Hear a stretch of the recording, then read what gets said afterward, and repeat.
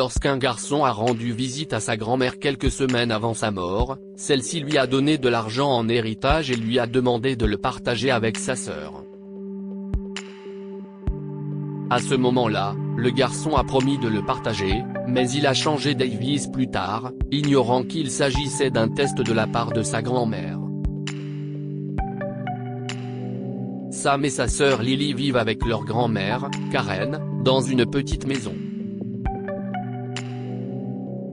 Cette dame âgée aimait énormément les enfants de sa fille décédée.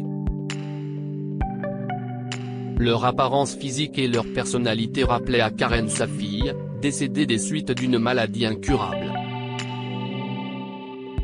Sam et Lily étaient encore adolescents lorsqu'ils ont perdu leur mère. Le pire jour de leur vie, ils se sont réveillés pour aller à l'école, mais leur mère n'était pas dans la cuisine en train de leur préparer le petit déjeuner.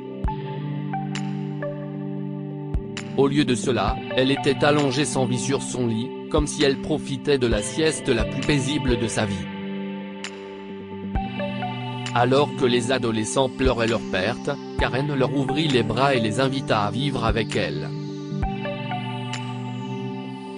Elle avait promis à sa fille de s'occuper de Sam et de Lily, et il était temps pour elle de tenir sa promesse. Au fil du temps, les enfants se sont rapprochés de leur grand-mère. Ils appréciaient sa compagnie, riaient avec elle, partageaient leurs problèmes et lui disaient combien leur mère leur manquait. Karen était heureuse d'élever ses petits-enfants, mais quelque chose la tracassait. Lily était l'une des meilleures élèves de sa classe, alors que Sam avait du mal pour réussir ses études. La petite fille aidait toujours Karen à faire les tâches ménagères après l'école, mais Sam courait dehors et jouait avec ses amis jusqu'au coucher du soleil.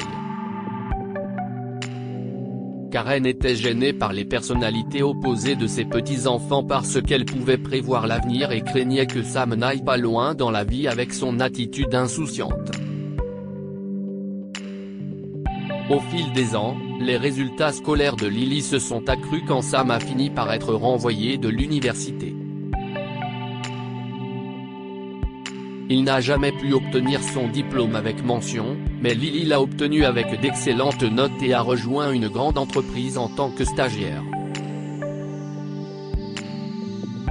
Alors que Lily changeait de travail et gagnait de l'argent, son frère errait dans les rues et n'avait aucun objectif de vie.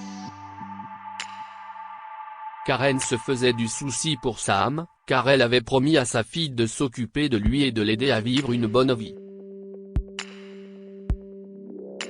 Cependant, elle ne pensait pas que cela se produirait de sitôt.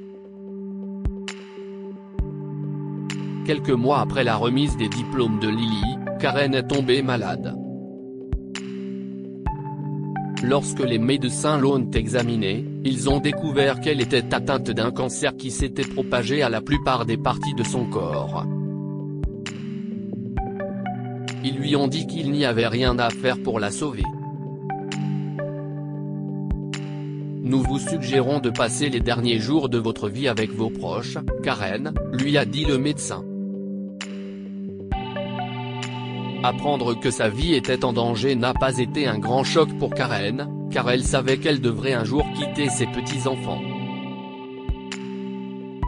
Tout ce qui l'inquiétait, c'était Sam. Elle voulait qu'il trouve un emploi et qu'il vive de façon indépendante, mais il n'était pas prêt à le faire.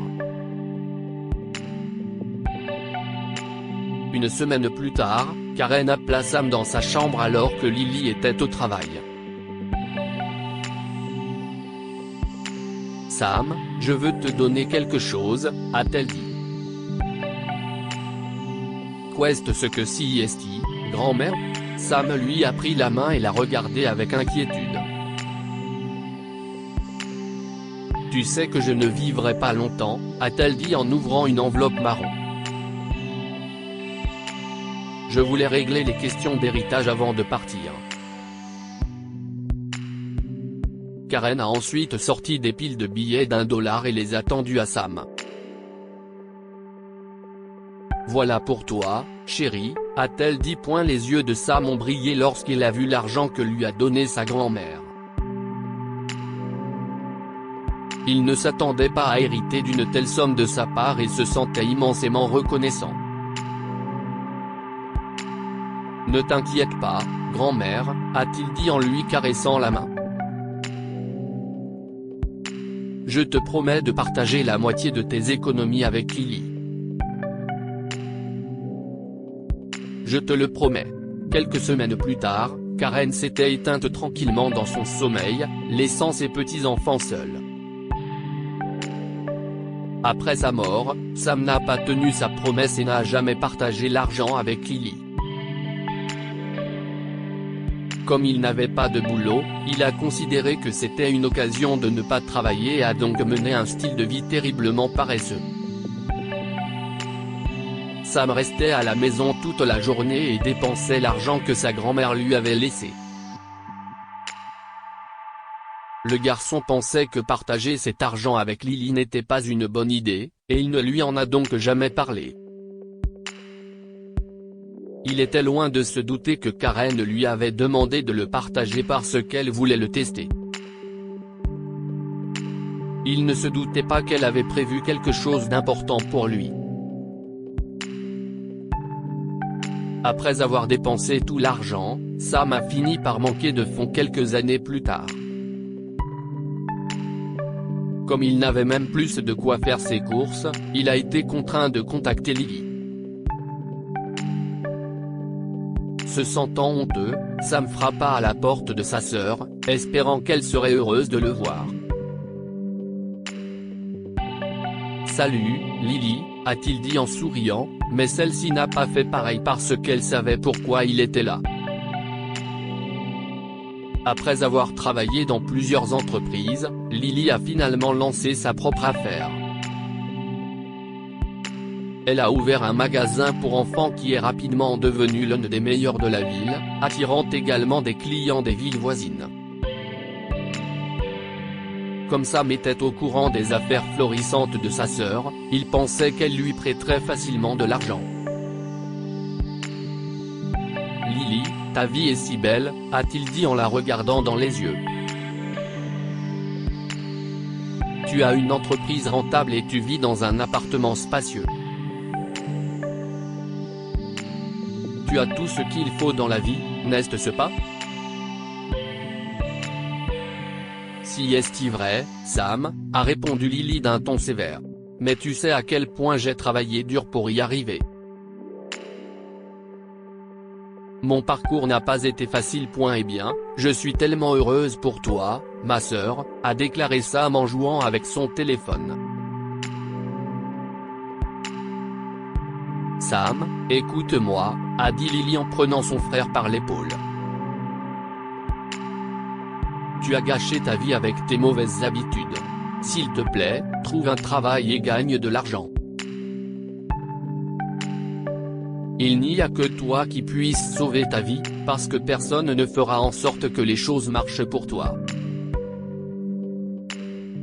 Tu vas me prêter de l'argent ou pas ? Sam a froncé les sourcils. Je ne peux pas, Sam, a-t-elle répondu. Je veux que tu gagnes de l'argent toi-même, pour que tu arrêtes de le considérer comme acquis. Je sais que tu dépenserais tout mon argent dans le jeu et dans la boisson. Soudain, Lily a entendu la bouilloire bouillir et s'est précipitée vers la cuisine pour éteindre la machine. Une fois qu'elle est partie, Sam s'est dirigé vers sa chambre pour voler de l'argent. Cependant, il a été choqué lorsqu'il a ouvert le tiroir de l'armoire et a vu un document à l'intérieur. « Qu'est-ce que si est-ce » a-t-il dit en ouvrant l'enveloppe. À l'intérieur, il a vu des documents qui indiquaient que sa grand-mère avait laissé un énorme héritage à Lily. Il était choqué d'apprendre que Karen lui a menti au sujet de ses économies. Il pensait qu'elle lui avait laissé des miettes par rapport à ce que Lily avait hérité d'elle. Je ne peux pas croire que tu m'aies fait ça, grand-mère, a-t-il crié avant de sortir de la chambre de sa sœur à grands pas. Lily, cria-t-il. Qu'est-ce que si est que ça? Pourquoi tu ne m'en as pas parlé plus tôt? Écoute-moi, Sam, essaya-t-elle de le calmer. Ce n'est pas ce que point haut, je sais de quoi il s'agit, a-t-il hurlé. La petite mademoiselle Perfection a tout reçu de grand-mère et a ouvert son magasin. Grand-mère et toi m'avez trahi. Et qu'est-ce que j'ai eu? Rien. Au lieu de se disputer avec son frère, Lily a géré la situation calmement et a répondu, et l'argent qu'elle t'a laissé? Où est-il? Tu ne l'as pas partagé avec moi. Sam a été choqué d'apprendre que sa sœur était au courant de l'argent que Karen lui avait donné. Il la regarda, les yeux écarquillés, incapable de prononcer un mot. Elle croyait que tu le partagerais avec moi parce qu'elle pensait que ta voix intérieure te forcerait à le faire, a dit Lily. Je t'ai attendu toutes ces années, espérant que tu appellerais ou frapperais à ma porte pour me donner ma part. Mais devine quoi? Tu as tout dépensé dans tes besoins. Si tu avais partagé la moitié de ton argent avec moi, je t'aurais donné la moitié de l'héritage que m'a laissé grand-mère, a dit Lily en secouant la tête. Mais tu as tout gaspillé et tu n'as rien partagé. Si est de ta faute. Il s'est avéré que Karen avait dit à Lily de donner la moitié de l'héritage à Sam s'il partageait l'argent avec elle. La vieille dame avait conçu ce plan pour donner une leçon à Sam, mais elle ne se doutait pas que son petit-fils dépenserait tout l'argent. Après avoir écouté l'histoire de Lily, Sam est sorti de chez elle sans dire un mot. Il était en colère et se sentait trahi après avoir appris que Karen et Lily lui avaient caché un secret. Pendant ce temps, Lily se préparait une tasse de thé et regardait la télévision lorsqu'elle entendit son téléphone sonner. « Bonjour, si est bien Lily ?» a dit un inconnu à l'autre bout du fil. « Oui, si est moi », a répondu Lily en essayant de reconnaître la voix de l'homme. « Je vous appelle du bureau de la police locale », a dit le policier. « Un voleur a essayé de pénétrer dans votre magasin, mais nous l'avons attrapé à temps. Il est sous notre garde, donc nous avons besoin que vous veniez ici dès que possible. » Ce doit être Sam, pensa Lily en quittant sa maison pour se rendre au poste de police. Elle s'y rendit rapidement et demanda au policier de le laisser partir. Elle refusa de porter plainte contre son frère et l'attendit dans la rue, devant le commissariat. Une fois Sam relâché, Lily lui a demandé de s'asseoir à l'intérieur de sa voiture. « Je sais que tu voulais te venger, Sam, » a-t-elle dit, les larmes aux yeux. « J'ai quelque chose pour toi. » Elle se tourna vers la banquette arrière et en sortit une valise remplie de billets de banque, de bijoux et de documents. « Si est ta part de l'héritage que grand-mère a laissé.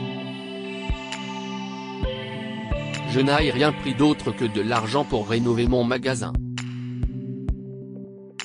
Sam était choqué lorsqu'il a vu les piles de billets de banque. Il n'arrivait pas à croire que sa sœur avait gardé sa part en lieu sûr. « Tu voulais ça, n'est-ce pas? Prends ta part et va-t'en, s'il te plaît. » Elle détourna le regard tandis que des larmes coulaient sur ses joues. « Oublie-moi. Oublie qu'il y a quelqu'un qui tient encore à toi et qui t'aime tant. Je ne te dérangerai pas, et j'attends de toi que tu fasses de même. » Sam ouvrit la portière et sortit de la voiture, la valise à la main. Il se dirigea vers la maison et l'ouvrit dans sa chambre. Oh mon Dieu, a-t-il dit lorsqu'il a pris le bijou de Karen en le regardant de plus près. Cela doit valoir $1 million. Je n'arrive pas à croire que tu m'aies laissé ça, grand-mère. Après avoir examiné de près le contenu de la valise, Sam a réalisé que sa part de l'héritage de Karen était environ 50 fois supérieure à l'argent qu'elle lui avait laissé. Soudain, une vague de culpabilité l'a submergé en pensant à ce qu'il avait fait à sa sœur. Elle a gardé ma part, mais je n'ai pas pu garder les quelques dollars que grand-mère m'a demandé de lui donner, a-t-il dit en regardant le sol. Le lendemain, Lily s'est rendue à son magasin, préoccupée par la réparation de la vitre et le nettoyage du désordre créé par Sam. Cependant, ses inquiétudes disparurent lorsqu'elle entra dans son magasin et vit son jeune frère en train de nettoyer. « Qu'est-ce ce que tu fais ici ?» lui a-t-elle demandé. « Je pensais avoir été clair sur ce que je voulais. » « Je suis désolé, Lily, » s'excusa Sam en baissant le regard. « Je voulais te rendre la valise que tu m'as donnée hier. Je ne pense pas mériter de garder l'héritage. Qu'est-ce ce que tu racontes ?» Lily était confuse. « Je veux travailler dans ton magasin en tant qu'employé, Lily, » a-t-il dit. « Tu avais raison. J'ai besoin de travailler pour apprendre la valeur de l'argent. Je le considère comme acquis et je le dépense pour des choses inutiles. S'il te plaît, permets-moi de travailler ici et de garder ma part d'héritage avec toi. » Les larmes aux yeux, Lily accepta l'idée de son frère et l'engagea comme employé à plein temps. Elle garda la valise avec elle, espérant qu'elle la lui rendrait une fois qu'il aurait commencé à mieux vivre. Que pouvons-nous apprendre de cette histoire? L'avidité ne vous mènera nulle part. L'avidité de Sam l'a rendu heureux pendant quelques années en lui permettant de dépenser l'argent à sa guise, mais il a vite compris que ce bonheur était temporaire. En fin de compte, il a dû changer son mode de vie parce que sa cupidité ne le menait nulle part. Parfois, il faut être strict pour donner une leçon à ses proches. Karen aurait pu donner à Sam toute sa part avant sa mort, mais elle ne l'a pas fait parce qu'elle voulait le mettre à l'épreuve. De son côté, Lily n'a pas aidé Sam alors qu'elle savait qu'il était en difficulté, car elle voulait qu'il se rende compte de son erreur.